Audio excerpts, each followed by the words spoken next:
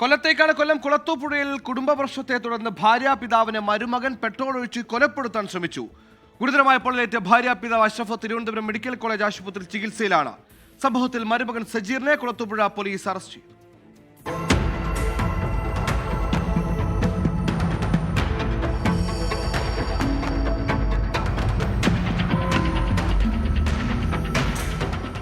Autorickshaw ഡ്രൈവറായ അഷ്റഫ് രാവിലെ autorickshaw സ്റ്റാൻഡിലേക്ക് പോവുകയായിരുന്നു. ആളൊഴിഞ്ഞ ആനക്കുഴി ഭാഗത്തെത്തിയപ്പോൾ കാറിലെത്തിയ സജീർ ഓട്ടോറിക്ഷ തടഞ്ഞു നിർത്തി.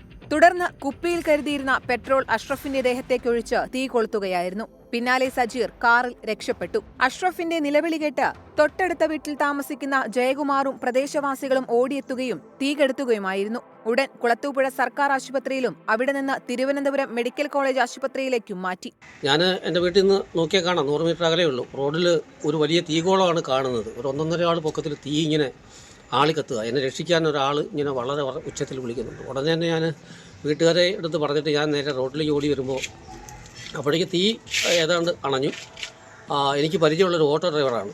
അപ്പോൾ അയാൾ പറഞ്ഞു, ഇന്നതുപോലെ എൻ്റെ മരുമകൻ എന്നെ പെട്രോൾ ഒഴിച്ച് കത്തിച്ച് എന്നെ എത്രയും പെട്ടെന്ന് ആശുപത്രിയിലാക്കണമെന്ന് പറഞ്ഞു.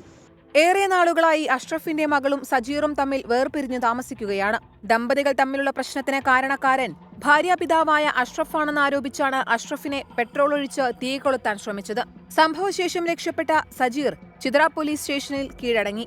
സജീർ മുൻപും വധഭീഷണി മുഴക്കുകയും അഷ്റഫ് താമസിക്കുന്ന സ്ഥലത്തെത്തി പ്രശ്നങ്ങൾ ഉണ്ടാക്കുകയും ചെയ്തതിന് കുളത്തൂപ്പുഴ ചിത്ര പോലീസ് സ്റ്റേഷനുകളിൽ കുടുംബം പരാതി നൽകിയിരുന്നു. പ്രതിക്കെതിരെ വധശ്രമത്തിന് കേസെടുത്ത കുളത്തൂപ്പുഴ പോലീസ് പ്രതിയുടെ അറസ്റ്റ് രേഖപ്പെടുത്തി കോടതിയിൽ ഹാജരാക്കി റിമാൻഡ് ചെയ്തു. 24 കൊല്ലം.